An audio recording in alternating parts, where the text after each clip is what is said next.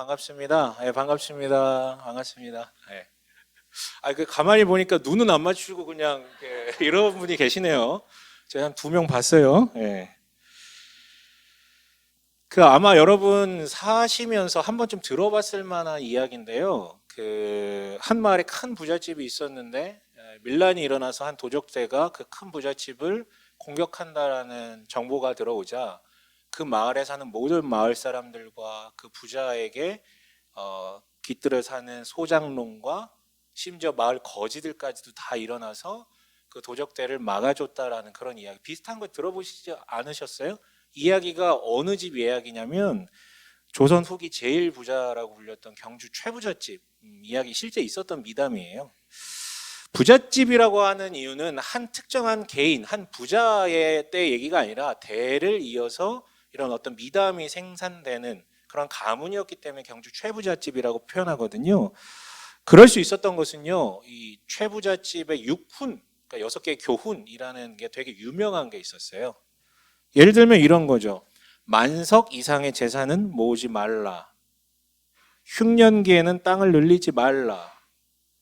여러분 아시겠지만 지금 이제 경기가 되게 안 좋아지고 있잖아요. 이때 돈 버는 사람들이 누가냐면 원래 자본이 많은 부자들이에요.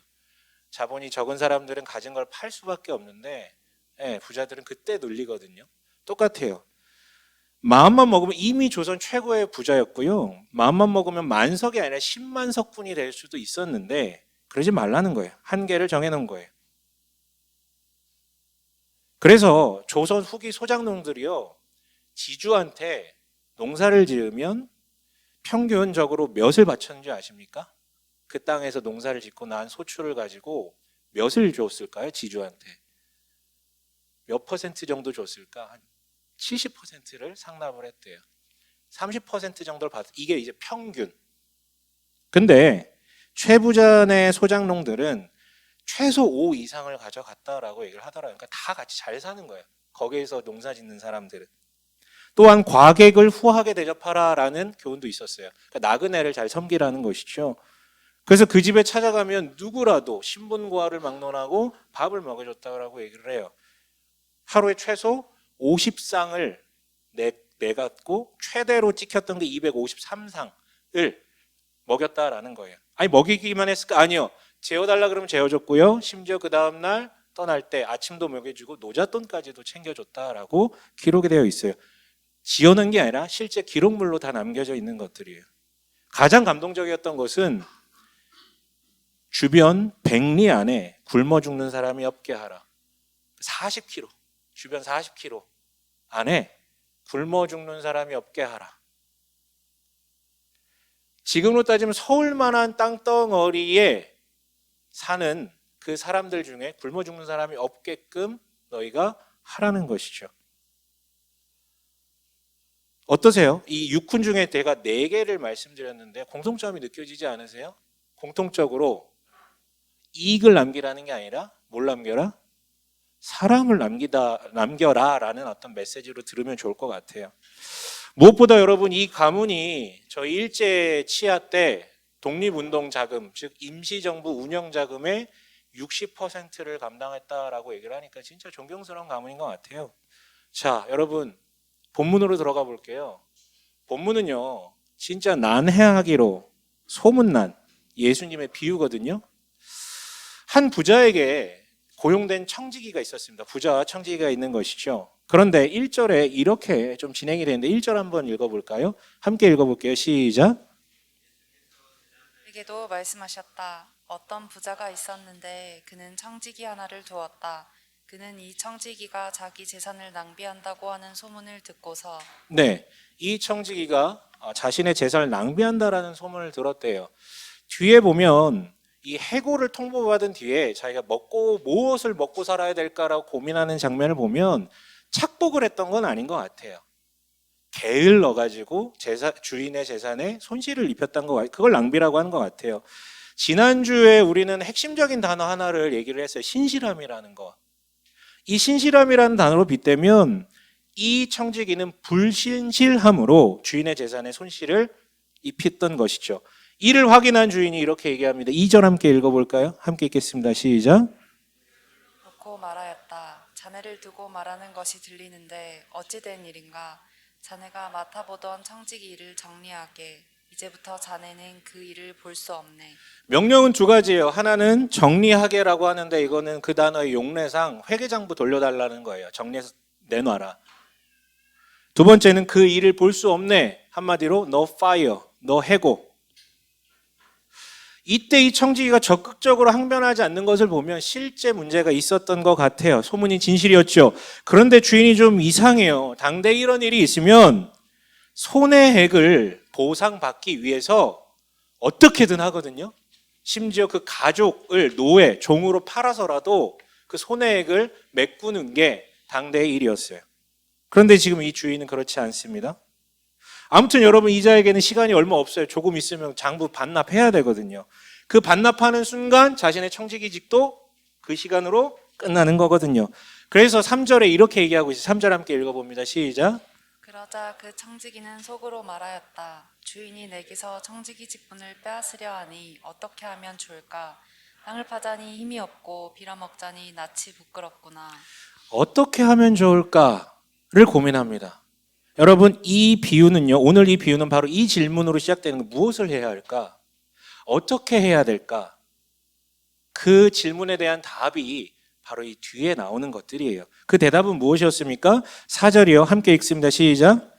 옳지, 내가 무엇을 해야 할지 알겠다. 내가 청지기의 자리에서 떨려날 때에 사람들이 나를 자기네 집으로 맞아들이도록 조치해 놓아야지. 네, 장부를 반환하기 전까지는 아직 내 손에 이 장부가 있기 때문에 아직은 내가 청지기라는 이 조건을 적극 활용하기로 결정을 한 것이죠. 뭐예요? 주인의 것을 가지고 아직 남아 있으니까 은혜를 입히는 전략을 취한 것이었어요. 그래서 5절 사람들을 불러서 이렇게 묻습니다. 말합니다. 시작. 그래서 그는 자기 주인에게 빚진 사람들을 하나씩 불러다가 첫째 사람에게 당신이 내 주인에게 진 빚이 얼마요? 하고 물었다. 네, 여러분 이 사람이 몰라서 물었을까요? 아니요. 자기 손에 뭐가 있어요? 장부 문서들이 다 갖고 있어요.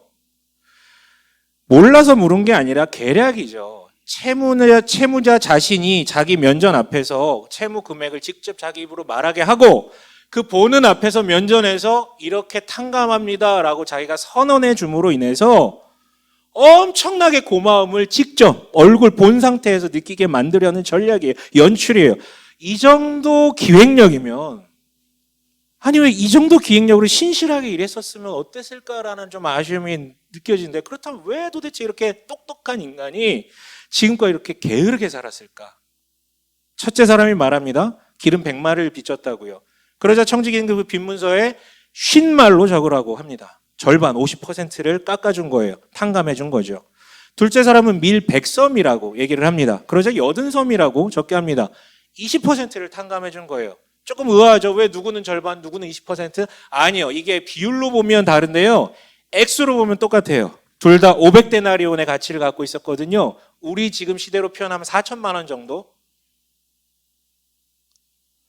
아마도 청지기는요. 제 생각에는 자기가 상대방에게 낼 수 있는 최대한의 생색이 어느 선인지를 고민을 하고요. 동시에 이게 밝혀졌을 때 주인이 화를 낼라다가도 이 사람들이 너무 기뻐하고 자기를 칭송하는 것을 보며 체면 때문에 자기를 해하지 않을 그 정도 아주 황금 노선을 그 황금 숫자를 계산해 가지고 나온 게 이 숫자인 것 같아요. 이 정도까지는 내가 크게 얻고 잃는 게 없다. 다시 말하지만 왜 이런 좋은 머리로? 이게 좀 울리네요. 네. 왜 이런 좋은 머리로 이 지경까지 되도록 놔뒀을까 싶습니다. 그리고 5절에 보면은 빚진 사람들을 하나씩 불러다가라고 얘기하는 거 보니까 이 두 사람만 탕감해 준 게 아니라 되게 많은 사람들을 탕감해 준 것 같아요. 여기서 잠시 묻고 싶습니다. 여러분 이 사람의 행동은 어찌 평가될 수 있습니까? 여러분 느끼실 때 어떠세요? 법을 잘 모르는 제가 봐도 직권남용이고 배임이고 횡령이죠. 어떻게 보면. 내가 주인이라면 피가 완전 거꾸로 솟아가지고 미쳐버릴 것 같을 거예요. 그런데 어마어마한 반전이 주어지죠. 8절 함께 읽어볼까? 이게 문제의 핵심이에요. 8절에 함께 읽습니다. 시작. 주인은 그 불의한 청지기를 칭찬하였다. 그가 슬기롭게 대처하였기 때문이다. 이 세상의 자녀들이 자기네끼리 거래하는데 더 슬기롭다. 여러분 이상하지 않습니까? 이상하지 않습니까? 왜 이 순간에 분노가 아니라 칭찬을 하고 있죠? 주인은 자신이 그렇게 한 이유를 직접 말합니다. 뭐라고요? 그가 슬기롭게 대처하였기 때문에 칭찬하였다고요. 도대체 뭐가 슬기로운 거고, 도대체 이 주인은 왜 그랬으며, 아니 예수님은 도대체 이 난해한 비유를 통해 우리한테 뭘 전달하고 싶은 걸까요? 자, 다행히 예수님께서 9절부터 그러므로라고 시작되는 9절부터 이 비유에 대한 해설을 직접 우리한테 해주시거든요. 그런데 바로 그 시작할 때부터 결론을 이렇게 내리고 시작을 하시는데 뭐라고 시작됩니까? 9절이요. 함께 읽습니다. 시작.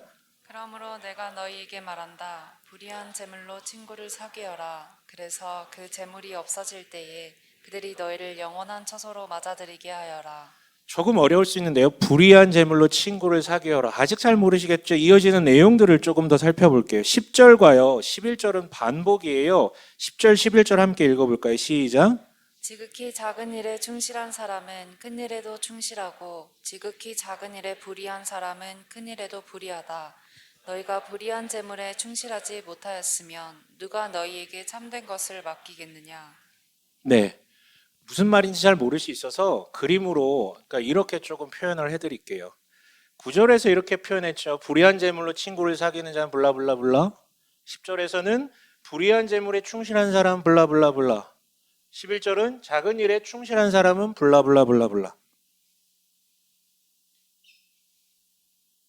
이게 뭐냐면요. 여기 충실하다라고 10절과 11절에 번역된 말은요. 지난주 19장 설교할 때 외쳤던 신실함이라는 단어랑 같은 단어예요. 헬라어로요. 그렇다면 불의한 재물로 친구를 사귄다라는 것은 다르게 얘기하면 불의한 재물의 신실함이라고 얘기를 할 수 있죠. 그리고요. 10절에 보면 10절에 보면 큰일이라고 번역된 것은 11절로 대입하면 참된 것이라고 볼 수 있는데요.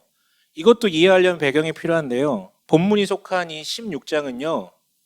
누가복음 14장부터 16장까지 수많은 비유들 중에 하나인데요. 그 모든 비유들을 묶는 주제가 뭐냐면 하나님 나라예요.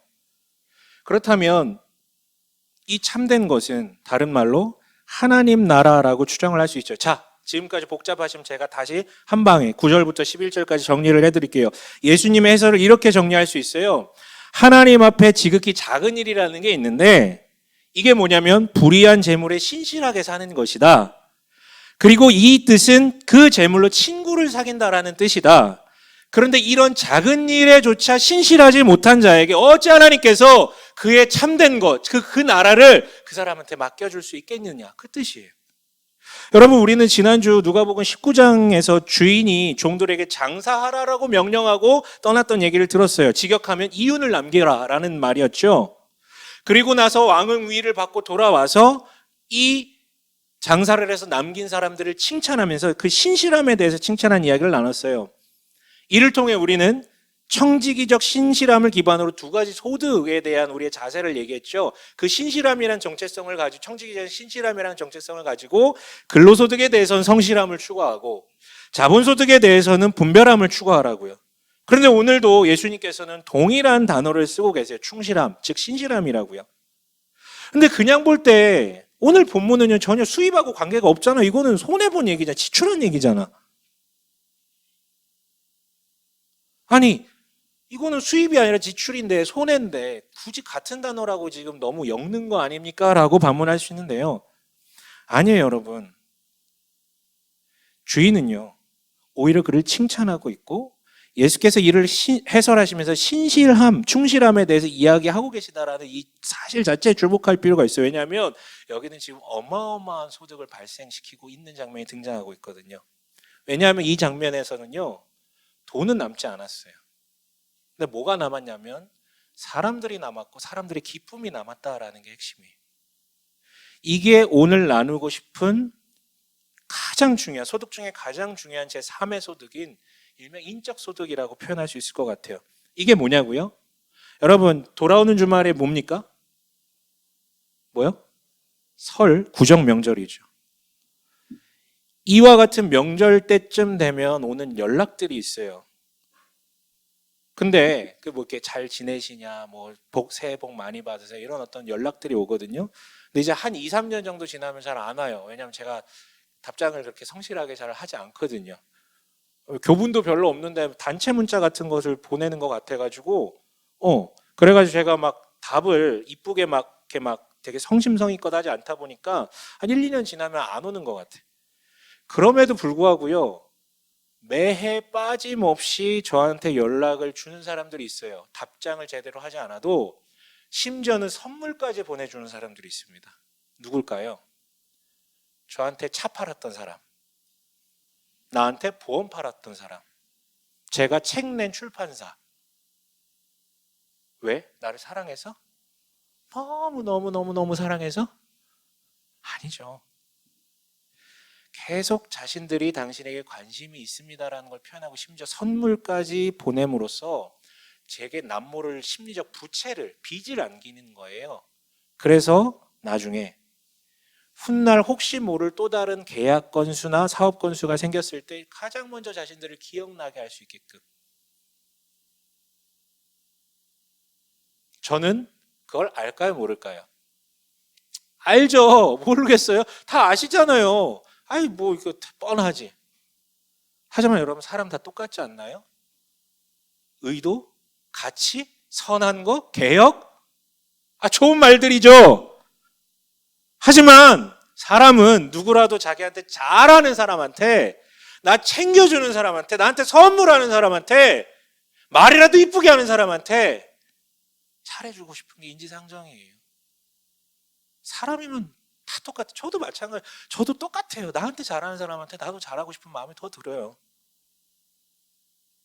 맞아요, 여러분. 사람은요, 나에게 시간을, 심지어 돈을 쓴 사람에게 심리적인 부채, 즉 빚이 생깁니다. 이를 역으로 표현하면요, 상대에게 안겨준 심리적 부채는 이를 준 사람에게는 소득으로 잡히는 거예요. 이게 바로 인적 소득이에요, 인적 소득.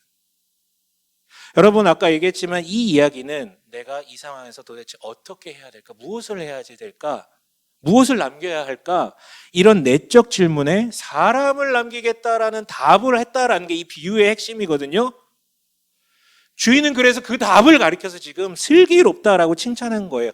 그리고 여기에 이어서 지금 예수님께서 해설을 해주는 거예요. 그래서 지금 작정하고 예수님이 되게 뼈 때리는 얘기들을 하고 계신 거예요. 이런 거죠. 만날 첫날 천국 하나님 얘기 그만 좀 해라. 하나님 나라 얘기 그만 좀 하라고요. 그 소리 그만하고 세상에 슬기로운 자들 좀 보라고요. 영업하는 자들 보라고요. 끊임없이 선물하며 상대의 마음을 얻고자 얼마나 노력하는지를 보라고요. 자기 유익을 위해서 그렇게 산다고 그렇게 평가하는 너는 도대체 이 작은 일에도 열심을 다하지 못하면서 감히 사랑을 논한다고? 감히 네가 있는 곳에 하나님 나라가 임하길 원한다고? 감히 그 작은 것도 신실하지 못하면서 하나님 나라에 들어가길 원한다고? 멍멍이 소리일 수 있다라는 거예요. 그래서 예수님은 말하는 거예요, 지금. 인적 소득을 남기라고요. 그러니까 소위 말해 돈으로 사람을 남기라고요. 제가 이거 조금 더 각인될 수 있게 이렇게 표현하고 싶어요. 돈으로 사랑하라고요. 그 돈 쓰라고요. 물론 여러분 오해하지 마십시오. 돈 없으면 사랑 못합니까? 그 얘기 아니잖아요.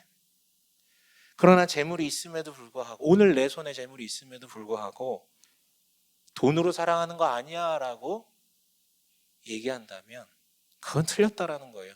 그런 사람한테는 물어보고 싶어요. 당신 가족한테도 그렇게 사랑하십니까? 당신의 자녀들한테도, 당신의 배우자, 연인한테도 그런 식으로 사랑하십니까? 거기에 예스라고 대답한다면 할 말이 없지만 그런 사람 없어요. 그런데 여러분, 제가 조금 세게 표현했지만 다 잊으셔도 돼요. 돈으로 사람을 남겨라, 돈으로 사랑하라, 이런 거 다 잊으셔도 돼요. 다만 이 질문에는 답변을 주셨으면 좋겠어요. 뭐냐면 제가 앞에서 계속해서 반복하면서 들었던 그 의문들을 얘기했었잖아요. 아니, 이 좋은 머리를 가지고 왜 이렇게 살았지, 이 사람은? 이 정도 좋은 머리, 기미남, 어떤 뭐 아이디어를 가지고 왜 이렇게 살았지? 차라리 인정받아서 출세하는 게 낫었을 텐데. 힌트는요, 지난주 나눴던 그 신실함으로 칭찬받았던 그 종들에게 있는 것 같아요. 여러분 아시죠? 똑같이 한 문화, 같은 돈을 줬는데 누구는 10문화와 5문화를 남겼죠. 누구는 그 한 문화를 그냥 수건에 쌌다가 그냥 내보냅니다. 마치 오늘 이 게으름을 표현했던 이 청지기처럼요. 근데 여러분, 그때 그 한 문화를 그대로 내놓았던 사람이 수건에 그대로 싸놓았던 이유가 뭔지 기억나십니까? 주인을 그딴 식으로 봤기 때문에. 빼앗고 험하고 괴롭히는 자를. 그렇다면 여러분, 오늘 본문의 주인은 어떤 사람입니까? 이게 하나님이잖아요. 하나님을 비유하고 있는 거죠. 어떤 사람입니까, 본문에? 사람들이 당신의 청지가 낭비합니다라고 와가지고 알려준 거 보면 이 사람은 악덕지주가 아니에요. 선한 분이에요. 잘 산 사람이에요, 이거. 그런데 조음이 너무 지나쳐. 낭비를 확인했는데도 합당한 응징과 손해배상을 추구한 것이 아니라 그를 조용히 떠나보내려고 합니다. 심지어 환장할 배임 사건을 알았음에도 불구하고 분노는커녕 칭찬하고 있어요. 그렇다면 여러분, 가능성은 두 가지예요. 하나는 또라이, 산수도 못하는 또라이. 또 다른 하나의 가능성은 이 청지기가 이 주인의 가족일 가능성. 이걸로밖에 설명이 안 돼요. 또라이거나 가족이니까 봐주는 것. 그렇다면 여러분, 우리는 여기서 확신할 수 있죠. 하나님 아버지를 의미하는 이 부자 주인은 또라이가 아니에요. 의도를 가지고 그렇게 움직이셨던 분입니다. 그렇다면 이 자를 향한 주인의 조치는 어쩌면 이 주인은 처음 그를 집안으로 불러들일 때부터 단지 피고용인으로 대했던 것이 아니라 지금까지 신실한 마음을 가지고 그를 자신의 자녀처럼, 가족처럼 대해왔다라는 증거가 되는 것이지요. 여러분, 그래서인지 오늘 16장 1절부터 봤는데 바로 직전에 15장에 무슨 사건이 나옵니까? 우리 다 알고 있는 탕자의 비유 얘기 나오거든요. 진짜 그 둘째 아들 놈은 쳐 죽여야 되는 놈이에요. 한 가족이었지만 쳐 죽여야 되는 놈입니다. 그거 재산 달라 그러는 거 아버지 빨리 죽으라는 소리거든요, 그거. 근데 돌아왔어요. 다시 가족으로 받아들여요. 그런 추악한 죄인도 다시 가족으로 받아들여요. 똑같아요. 이 부자는, 이 주인은 처음부터 그 청지기를 가족으로 대했어요. 이게 바로 여러분, 우리가 믿는 하나님, 언제나 우리를 은혜로 대하고 자녀로 삼아주시는 하나님에 대한 이야기입니다. 근데 여러분, 비록 비유 속이지만 이 청지기는 그 주인의 이러한 성품을 몰랐을까요? 몰랐을까요? 여러분, 누군가 어떤 사람인지 진짜 제대로 확인하고 싶다면요, 소리 들어선 몰라요. 장부를 봐야지 알아요, 장부를.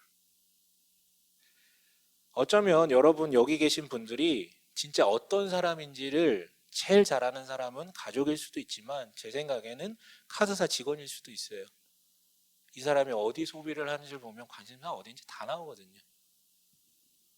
당신의 사업체가 어떤 가치를 지닌 회사인지는 세무사, 회계사가 제일 잘 알 수 있어요. 그런데 주인의 가장 근거리에서 항상 회계장부를 들고 다녔던 이 청지기는 어쩌면 그 주인을 이 세상에서 가장 잘 아는 사람 중에 하나였을 거예요. 그분은 너무 선하다라는 거, 심지어 자기 자신을 가족으로 대한다라는 것조차도 모르는 게 아니라 너무 잘 알았어요. 그러나 그럼에도 불구하고 이 사람은 지금 그 은혜를 악용하고 있다는 것이요. 왜요? 주인이 아무리 자신을 자기 자식처럼 여겼어도 이 자는 주인을 바라보는 시각은 하나예요. 어차피 나를 부려먹다가 나중에 때 되면 쫓아내. 그냥 고용인이다. 나는 피고용인일 뿐이고. 은혜라는 건 나는 잘 알겠는데, 그분이 은혜로우신 분이라는 건 잘 알겠는데 그 은혜를 수용한 게 아니라 거부한 거예요. 왜요? 시각 때문에. 단 하나, 그는 그냥 고용인일 뿐이다. 그게 바로 신실함과 불신실함을 만들어내는 핵심이에요. 그분을 뭐라고 보는가? 여러분, 묻고 싶습니다. 당신의 하나님은 어떤 분이십니까? 하나님은 세상에 널리 너무나도 많은 그런 어떤 고용주, 즉 세상에 널린 신들 중 하나일 뿐입니까? 그래서 우리가 노력한 만큼만 보상을 주는, 그러니까 우리가 잘 살아야지만 복을 주시고 선을 주시고 품어주시는, 못 살면 때려 죽여버리시는 그런 고용주입니까? 세상에 질비한 사장들입니까? 아니면 나는 그저 종이자 피고용인일 뿐인데 그런 나를 믿고 귀한 것을 그저 맡겨주시고 심지어 아무 조건도 대가도 없이 이런 나를 가족이자 자녀로 받아주시는 그런 진정한 은혜의 아버지이십니까? 그 시각이 그것을 진짜로 받아들이는 사람이라면 오늘 나에게 맡겨진 그 자리에서 신실함으로 일하게 됩니다. 그렇다 보면 자연스럽게 근로소득도 일어나게 되고요. 자본소득도 일어나게 되고요. 나아가 돈으로 사람을 남겨라, 돈으로 사랑해라 이런 자극적 언사를 듣지 않아도 나의 아버지, 나의 주인이 나한테 그렇게 하셨듯이 나 역시 타인을 그렇게 은혜로 대하게 되는 것이죠. 말로만요? 아니요. 아버지께서 일용할 양식을 주셨던 것처럼 나 역시 돈을 쓰게 됩니다. 그러다 보면 인적 소득도 발생하게 되는 것이죠. 여러분, 하나님을 그런 은혜의 주인이자 아버지로 모시는 당신이라면, 그런 사람이라면 요청드리고 싶어요. 우선 이거예요. 계속해서 얘기했던 거. 돈으로 사랑하세요. 그 돈으로 사랑하세요. 그렇게 사람의 마음을 얻으면 마치 영업사원들의 그것처럼 당신에게 실제적 이익이 주어질 것입니다. 그러나 나아가 주님께서 오늘 친구를 사귀라 라고 얘기하셨던 것처럼 명령이기 때문에 우리가 또 따라야 돼요. 하지만 무엇보다 자기 자신을 지키기 위해서라도 돈으로 사랑하십시오. 무슨 얘기냐고요? 눈치채셨는지 모르겠는데 예수님께서는요, 이 비유를 해설하시면서요, 그냥 재물이라고 표현하지 않고 계속 불의한 재물이라고 표현을 하세요.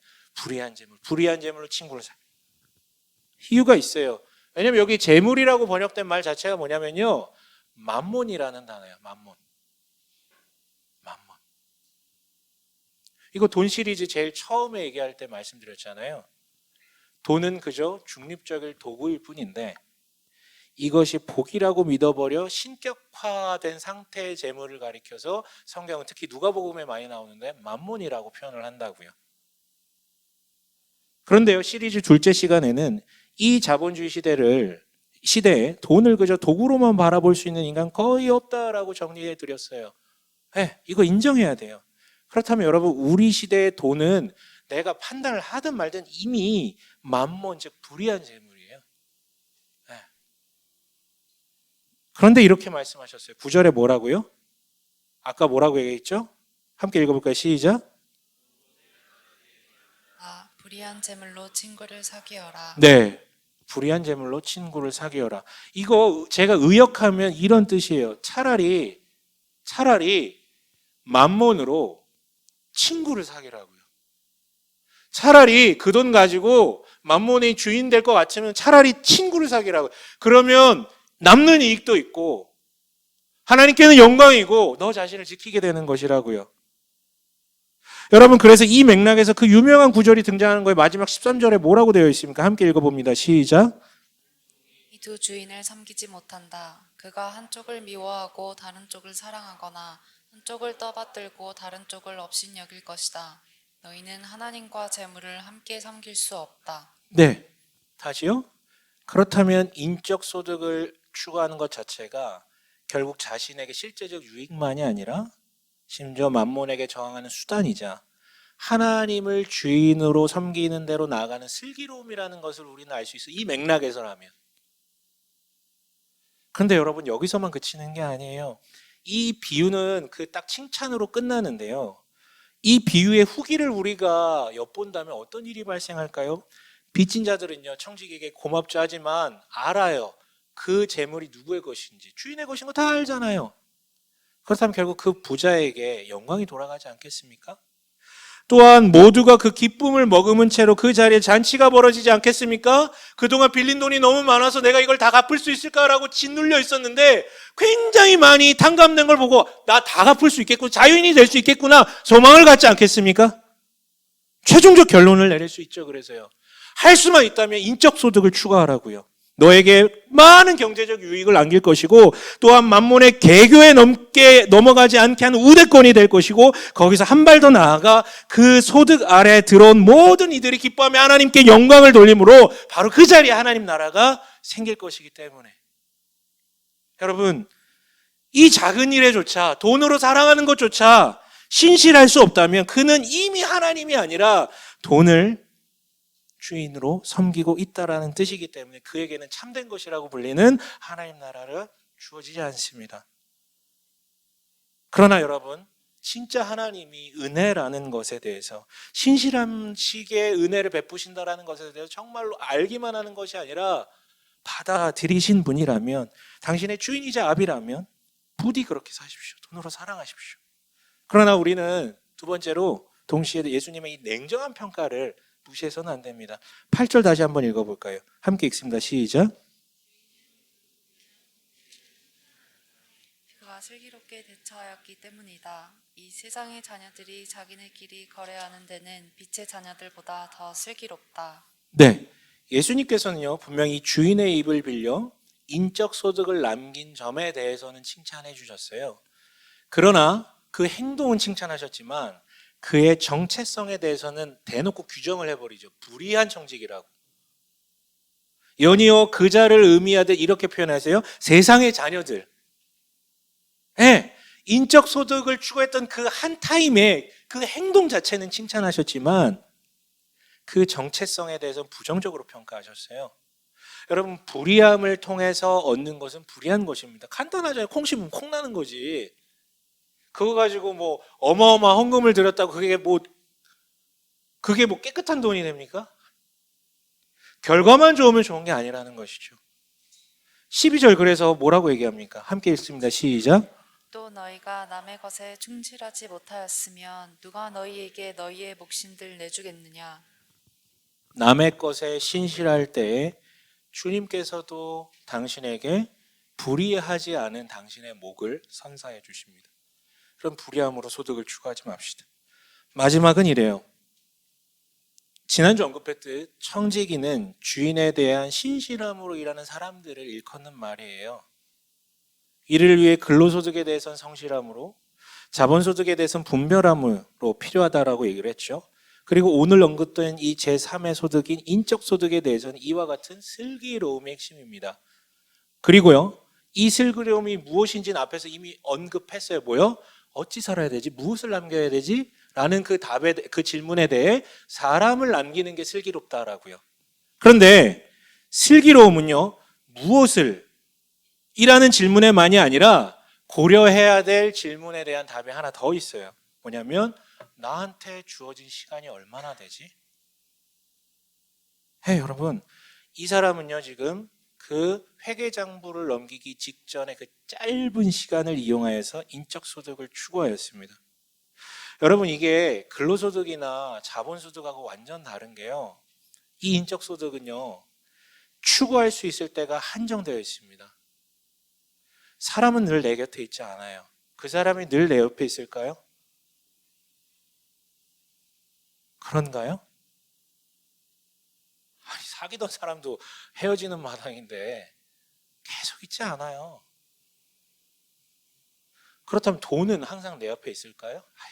그것도 그렇지 않아요. 재물 역시 자기가 마치 살아있는 만몬, 살아있는 인격체이냐 막 사라져. 뭐 이미 우리 맨날 경험하시잖아요. 들어오면 바로 나가시잖아. 그렇죠. 여러분 인적소득은요 그 사람이 내 눈에 보일 때만 내가 뭔가를 손에 쥐고 있을 때만 추구할 수 있는 아주 한시적인 소득이에요.